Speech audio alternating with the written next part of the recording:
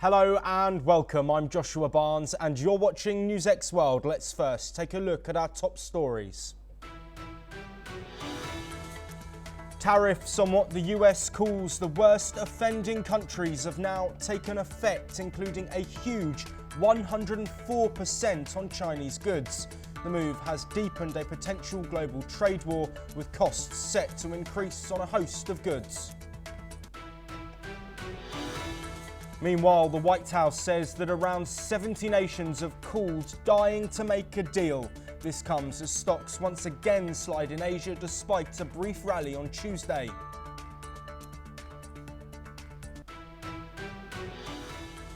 At least 100 people have now died after a roof collapse in the Dominican Republic's capital of Santo Domingo. Hundreds of people were inside a nightclub during a concert, as more than 160 people have also been injured. Ukrainian President Volodymyr Zelensky says his forces have captured 2 Chinese nationals fighting for Russia's army. Meanwhile, reported Russian strikes on Kharkiv have injured at least 2 people, causing multiple fires and property damage. Iran says it is ready to engage with the US on talks over a nuclear deal if America stops military threats. Iran's foreign minister says talks with a view to seal a deal could take place on Saturday. The UN Secretary General Antonio Guterres says that Gaza is a killing field and that civilians are in an endless death loop. It comes as 26 people were reportedly killed in the enclave on Tuesday as aid restrictions continue. Delegates from the United States and Russia will meet in Istanbul on Thursday, according to the US State Department. The talks will not involve discussions on Ukraine, political or security issues, according to the US. Australian Prime Minister Anthony Albanese has faced off with his election rival Peter Dutton in their first election debate. Cost of living dominated the discussions, along with Trump's tariffs ahead of a May the 3rd election.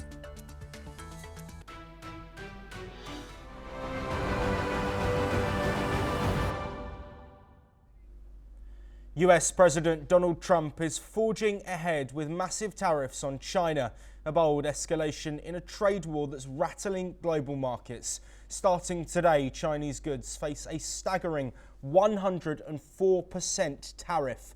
That's after Beijing refused to lift its own tariffs on US goods. The White House says China wants to make a deal, but Trump insists they don't know how. Let's listen to the White House Press Secretary Caroline Leavitt.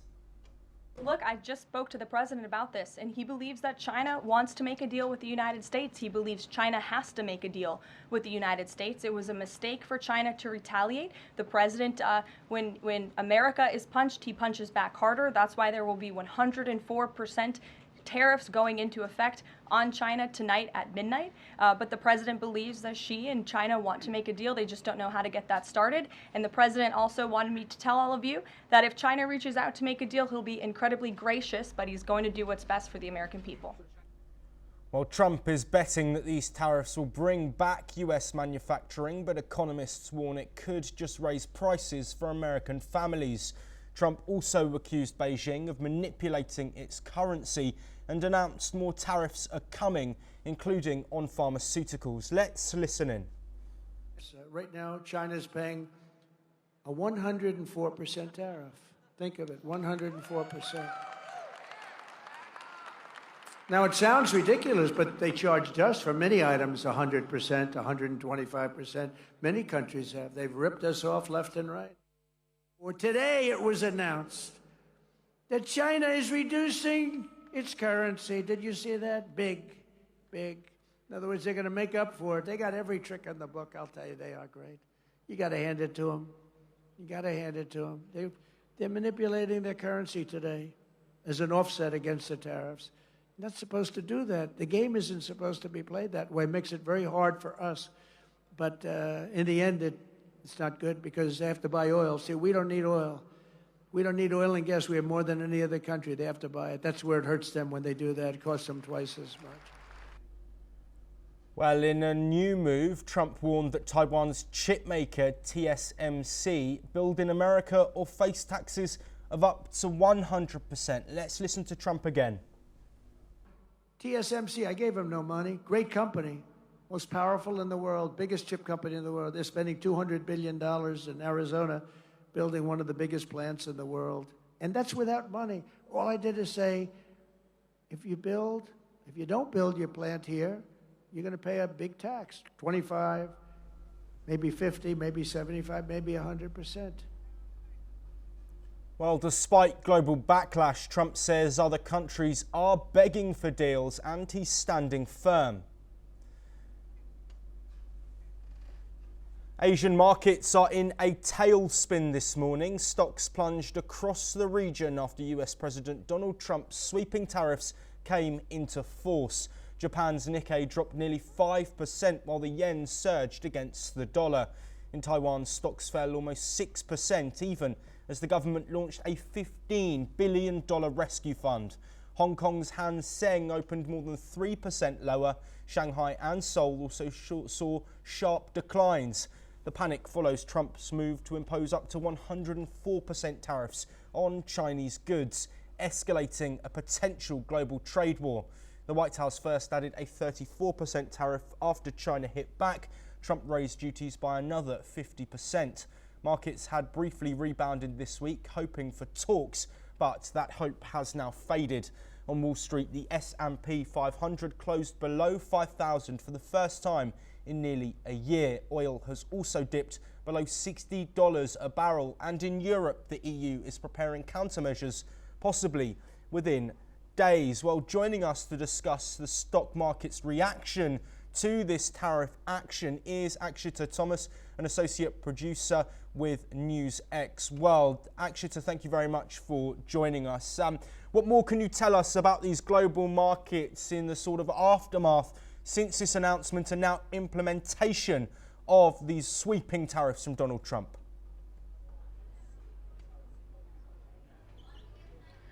Yes, Joshua. So after Trump's explosive tariffs on the 60 countries which he has deemed as the worst offenders have taken place, major Asian markets have taken a big hit because of this. Let's take a look into how the markets have been affected, the major markets. If we take a look at Taiwan's stock index, it has closed at a 5.8%. Moving on, if we see Nikkei, Nikkei has now reached, it had initially, at the initial moments of trade, it was at a 4.86%, which has now come to a 3.01. It's now come to a 3.64%.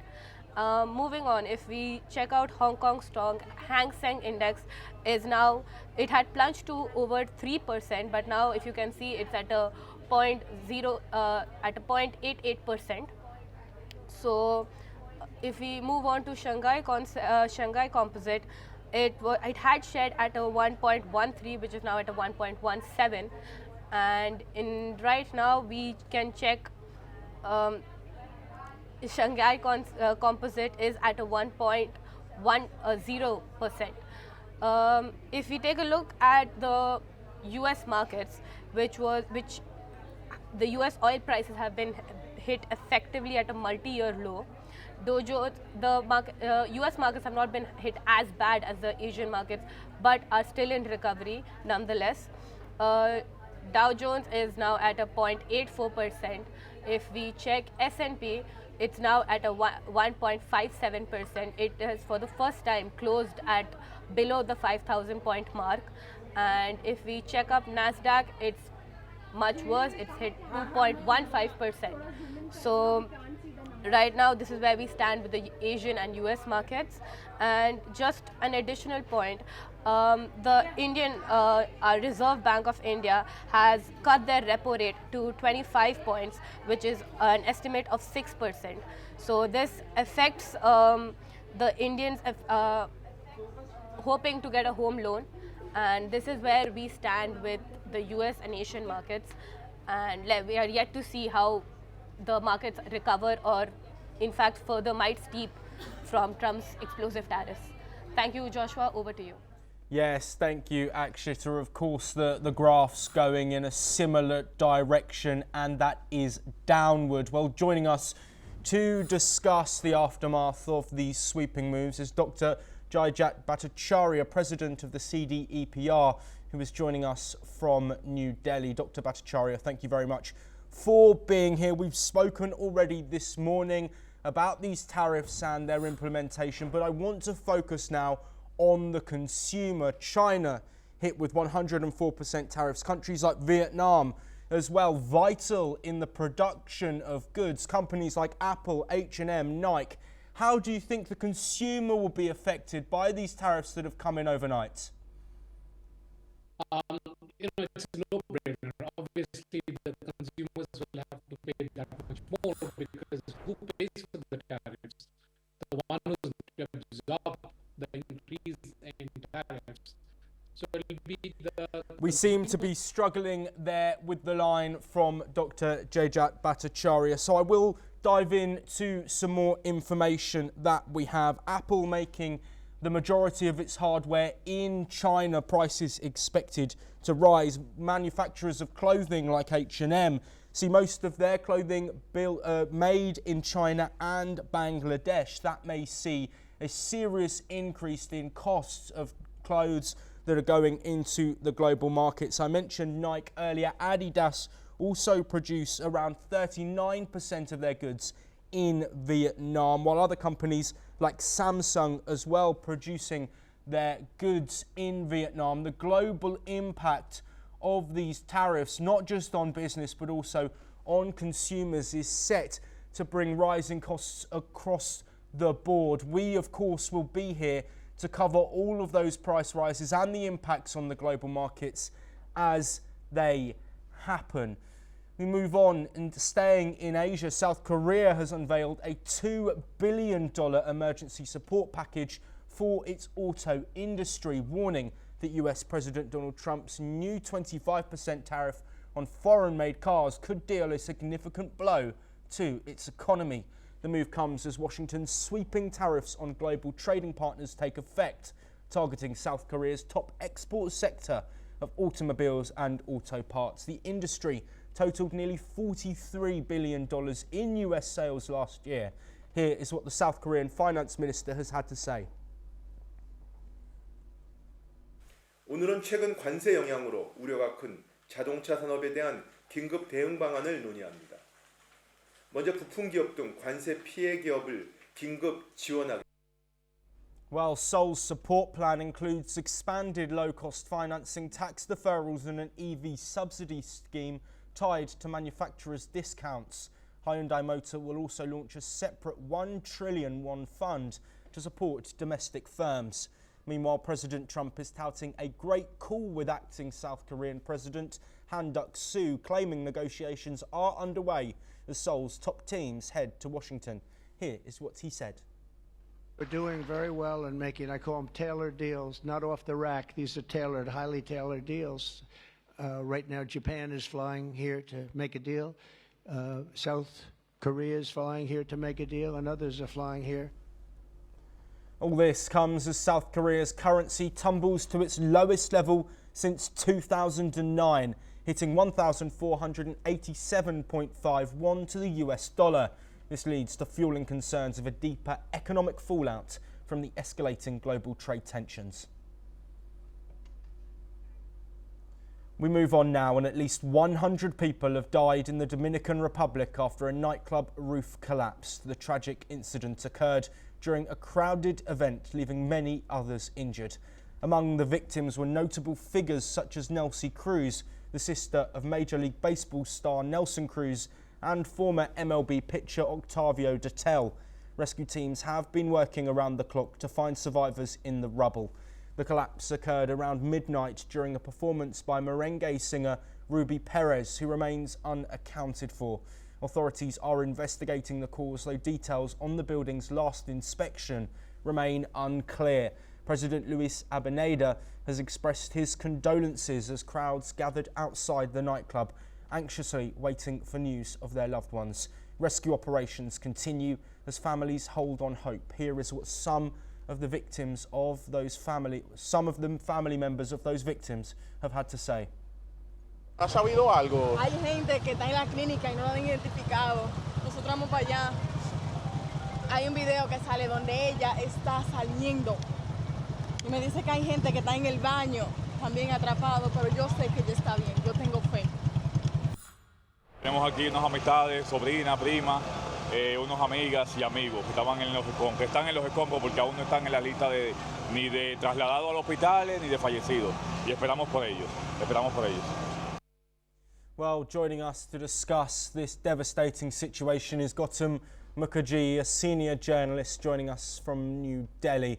Gautam, thank you very much for your time. An unfortunate and devastating incident. We are talking about a level of death that we're seeing rising above 100 now. How has something like this been able to happen in a capital city where several high-profile names were enjoying the concert?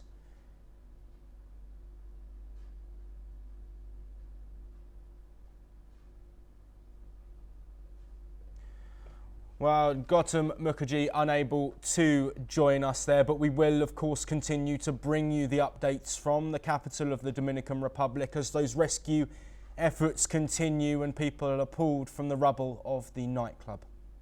We now move to Europe, and Ukrainian President Volodymyr Zelensky announced the capture of 2 Chinese citizens fighting for Russian troops in Donetsk.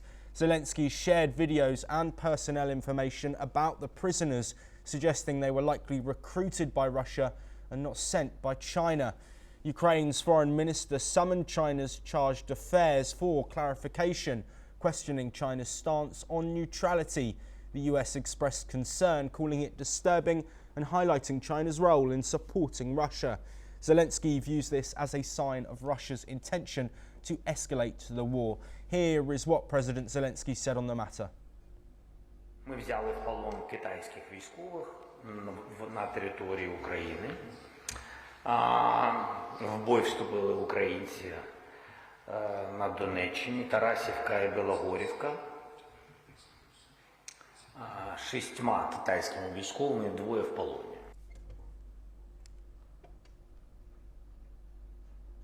Moving on, and the US and Russia will hold a second round of embassy-focused talks in Istanbul on April the 10th.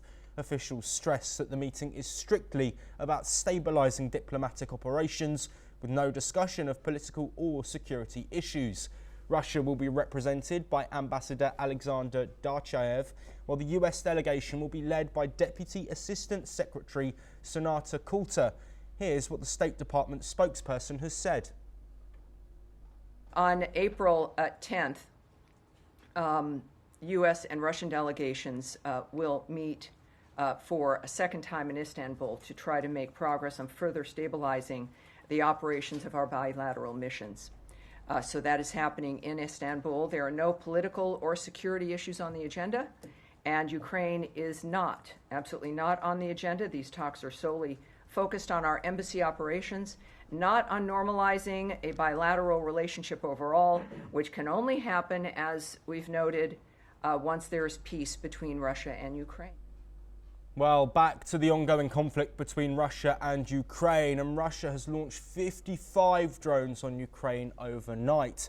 Ukraine's Air Force say that 32 were shot down and 8 failed to hit their targets. Kharkiv and Dnipro were heavily struck, with 15 people injured, while strikes ignited fires in Kharkiv, injuring 3 and damaging storage sites. Firefighters have been battling the blazes as officials confirmed over 20 hits and multiple explosions late on Tuesday. Meanwhile, Russia claims it's pushing the last Ukrainian forces from the western Kursk region. The Defense Ministry released a video of troops raising the Russian flag in Kyiv and conducting house-to-house searches. At the United Nations, acting US Ambassador Dorothy Shea warned Washington has no patience for bad faith negotiations in efforts to end the war. Let's listen in. This war must end. We will have no patience for bad faith negotiation or violation of. Well, NATO Chief Mark Rutte says the war's outcome could shape global security, including in Asia. Allies have pledged over $2 billion in support for Ukraine in early 2025, showing firm backing as the conflict enters another critical phase. Let's take a look. The world is watching the war and its outcome very closely. China is certainly watching. If we allow Putin to use force to achieve his aims, it will not go unnoticed. It's Ukraine today, it could be East Asia tomorrow. Trump clearly stated that he wants to continue with that policy and maybe even speed it up to pivot more towards Asia. That's totally logical. And also that they want the European and Canadian NATO allies to take more of a burden, share the burden in a more equal. Moving on, and Iran is ready to engage with the United States at talks scheduled for Saturday over its nuclear program. Foreign Minister Abbas Araghchi said that Iran is ready for talks with a view to seal a deal. He has also said that a deal is only possible with the US if President Trump agrees there can be no military option. Trump, who pulled the US out of a 2015 nuclear deal between Iran and world leaders during his first term, warned that Iran would be in great danger if talks were not successful. Iran insists its nuclear activities are entirely peaceful and it will never seek to develop or acquire nuclear weapons. However, Iran has increasingly breached restrictions imposed by the existing nuclear deal in retaliation for crippling US sanctions reinstated 7 years ago, and has stockpiled enough highly enriched uranium to make several bombs, according to experts. Staying in the Middle East, and the UN Secretary General is sounding the alarm. Antonio Guterres says that Gaza has become a killing field. Speaking at the UN headquarters, Guterres warned the enclave has gone over a month without a single drop of aid, with no food, no fuel and no medicine. He says the humanitarian crisis is deepening fast, with all access completely blocked. Guterres pointed to the Geneva Conventions, reminding the world that the occupying power is obligated to ensure that food and medical supplies reach civilians. None of that is happening today, he said. As aid remains frozen, Guterres says the floodgates of horror have been reopened. Let's take a look. Gaza is a killing field, and civilians are in an endless death loop. Certain truths are clear since the atrocious October 7 terror attacks by Hamas. Above all, we know ceasefires work. The ceasefire allowed for the release of hostages. The ceasefire ensured the distribution of life-saving. Moving on, US Defense Secretary Pete Hegseth has vowed that Washington won't let China threaten the canal's operations. Speaking in Panama, Hegseth warned that America will push back against growing Chinese influence. He said the US would not allow Beijing to weaponize the Panama Canal through commercial ties or espionage. Hegseth is the first US Defense Secretary to visit Panama in decades, part of President Trump's broader push to take back the canal. The century-old waterway was built by the United States and handed over to Panama in 1999. Hegseth met with President Jose Raul Molino and pledged to strengthen security ties, though a joint statement differed on Panama's sovereignty over the canal. China has fired back, calling the US stance blackmail and accusing Washington of plundering Panama. While China has made major investments in the region, there's no evidence that it controls the canal.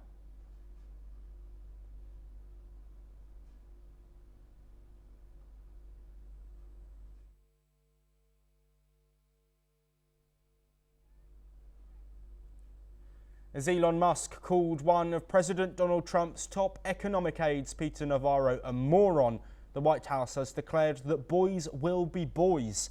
Musk and longtime Trump trade advisor Navarro have been squabbling publicly over Trump's decision to impose sweeping tariffs on most of its trading partners. The move has triggered a market sell-off and prompted analysts to wonder if the United States is headed into a recession. Navarro had dismissed a push by Musk for zero tariffs between the United States and Europe, calling him a car assembler reliant on imported parts, and said he wanted the parts to be manufactured locally in the United States. Navarro was widely seen as the architect of Trump's wide-ranging tariff plans. The policy is intended to revive US manufacturing and shore up national security, but has hammered markets and thrown global supply chains into uncertainty. White House spokesperson Caroline Leavitt, while speaking on the spat, said that the public nature of the spat was evidence of the Trump administration's transparency and Trump's willingness to listen to diverse opinions. Let's listen to what she said. No, look, these are obviously two individuals who have very different views on trade and on tariffs. Boys will be boys, and we will let their public sparring continue. And you guys should all be very grateful that we have the most transparent administration in history. And I think it also speaks to the president's willingness to hear from all sides, that he has people at the highest levels of this government in this White House who have very diverse opinions on very diverse issues, but the president takes all opinions in mind, and then he makes the best decision based on the best interests of the American public. Well, staying in North America, and President Donald Trump signed executive orders designed to revive US coal production, addressing the industry's decline as coal's share in electricity generation has fallen below 20%. Trump's plan includes efforts to save struggling coal plants, increase production using emergency powers, and prioritise metallurgical coal for steel manufacturing. The orders also target state climate regulations and propose expanding coal leasing on federal lands. While coal company stocks surged, concerns persist over demand as many coal plants close in favour of cheaper energy sources. Environmental groups have also criticised the move, arguing that coal plants are outdated, polluting, and a setback to shift towards cleaner, more sustainable energy solutions. Here is what Trump said on the matter. Now, under the executive order that I will sign in a few moments, we're slashing unnecessary regulations that targeted the beautiful clean coal. We will end the government bias against coal, and we're going to unlock the sweeping authorities of Defense Production Act, the Defense Production Act, to turbocharge coal mining in America. They made it a good future, but we're going to be crushing Biden-era environmental restrictions. These are restrictions that made it impossible to do anything having to do, frankly, with energy, even beyond. Venezuelan President Nicolas Maduro has declared a 60-day state of economic emergency pending approval from the National Assembly. Speaking on state television, Maduro said the move aims to protect Venezuela's economy from foreign tariffs and revokes licenses. The decree grants him sweeping powers to boost production, secure investment and stabilise key sectors. Maduro emphasised special treatment for international investors and called the emergency response essential amid what he described as a global economic war targeting Venezuela's financial stability. South Korea's opposition leader Lee Jae-myung announced his resignation amid growing speculation that he will soon launch a bid for the presidency. While he didn't confirm his candidacy, Lee mentioned he would begin new work. The presidential election is set for June the 3rd. Labour Minister Kim Moon-soon, a member of the ruling People Power Party, also declared his candidacy.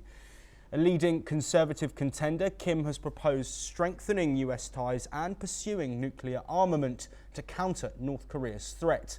With a wide range of candidates emerging from both sides, the presidential race promises to be highly competitive. Here is what Lee Jae-myung, South Korea's main opposition Democratic Party leader, has said. 출발할 때는 험했는데 그래도 퇴임하는 상황에서는 출발할 때보다는 상황이 좋은 것 같아요. 모두 여러분들의 덕분입니다. 이제 또 새로운 일을 시작하게 되겠죠. 그런데 당대표를 어쨌든 퇴임하는 이 장면이 저 주가 지수를 보니까 정말 가슴 아파요. 엄청나게 많은 사람들이 고통받고 있겠지요. 그렇다고 내일 모레 당장 좋아진다는 보장도 없습니다. 그래도 우리 위대한 국민들은 언제나 역경을 스스로의 힘으로 이겨내고. Well, staying in the region, and a magnitude 5.0 earthquake has struck northeastern Taiwan near Taipei at a depth of 70 kilometers in Yilan County, according to the US Geological Survey. The tremor caused brief shaking in the capital, but there were no reports of damage or injuries. Train services, including high-speed rail, remain unaffected, though Taipei's metro temporarily slowed its trains. Taiwan, located on the Pacific Ring of Fire, frequently experiences earthquakes. Well, that is all we have time for, but we will be here continuing to bring you more of the latest breaking international news.